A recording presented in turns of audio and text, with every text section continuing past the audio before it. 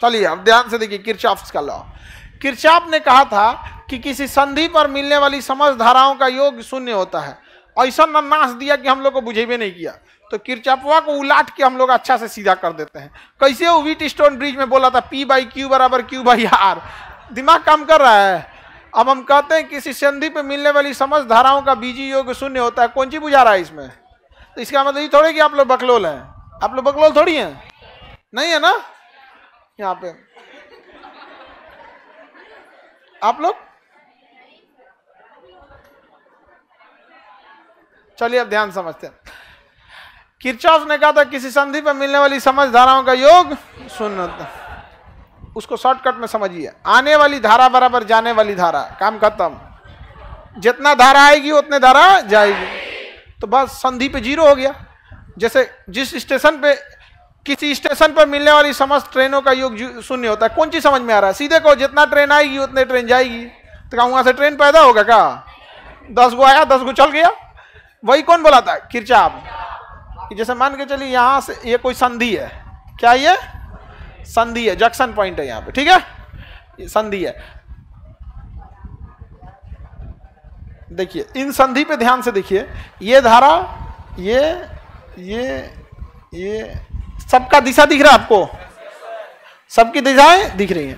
ये क्वेश्चन कैसे पूछेगा इस संधि पर? ये संधि है, इस संधि पर मिलने वाली समस्त धाराओं का योग शून्य होता है।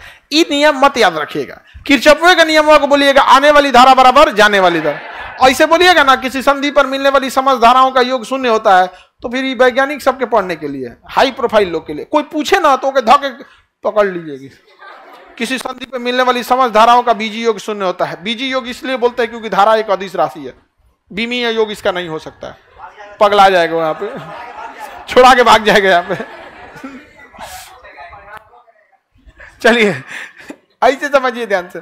अगर हम यहां कहते हैं 10 एम्पियर, कितने एम्पियर? यहां लिखते हैं 2 एम्पियर, यहां लिखते हैं 20 एम्पियर। समझ में आ रहा है कि नहीं आ रहा है? यहाँ पे ऐसे लिखते हैं, यहाँ पे 5 एम्पियर, अलग अलग लिख देते हैं। यहाँ पर यहां लिख देते हैं हम 5 एम्पियर और यहां लिख देते हैं आई। कहेगा बताइए आई कितना? आई कितना? आई कितना? तो फिर किरचॉफ क्या बोला था? समस्त धाराओं का योग शून्य होता है। उससे आने वाली धारा बराबर जाने वाली, आने वाली बराबर जाने वाली, आने वाली बराबर जाने वाली। मुसाफिर आने वाले, वही मुसाफिर जाने वाले। समझ में आ गया? कौन कौन आ रहा है? मुंहवा देखिए इसका, थुथुरवा इसके और कौन आ रहा है? 1 2 3 4, ये 4 को आ रहे हैं सब। तो 5 धन 20 धन, यहां से क्या करते हैं? 2 + 10 + 20 + 5, ये आने वाली है। जाने वाली 5 और आई पूछ रहा है, हो गया।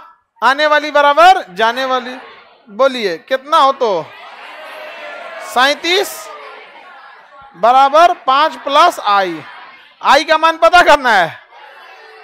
5 इधर प्लस, इधर जाके माइनस, तो 37 में से 5 गया 32। तो आई बराबर 32। तो कितना धारा जाएगा?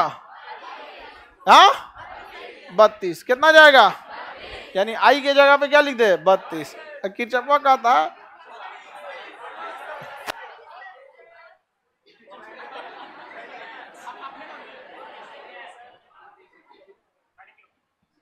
हो गया? Any problem? आने वाली धारा बराबर कौन बोला? किरचॉफ। अब बताइए तब यहां कितना धारा बचा? यही किरचॉफ बोला कि किसी संधि पर समस्त धाराओं का योग शून्य होता है, क्योंकि जितना आया उतना चल गया, बचा कौन चीज? दूसरा किरचॉफ ने बोला था किसी बंद परिपथ में धारा एवं संगत प्रतिरोध का गुणनफल सर्वदा नियत रहता है। किसी बंद परिपथ में, कोई भी परिपथ है उसमें धारा और प्रतिरोध का गुणनफल हमेशा क्या रहेगा? कांस्टेंट। धारा एवं संगत प्रतिरोध का गुणनफल कांस्टेंट क्या रहेगा? कांस्टेंट। समझ में आ गया कि नहीं? धारा बढ़ाएंगे तो प्रतिरोध घट जाएगा। दोनों में से ऊपर नीचे होकर अपने आप को क्या कर लेंगे सर? एडजस्ट। तो इसके कितना नियम?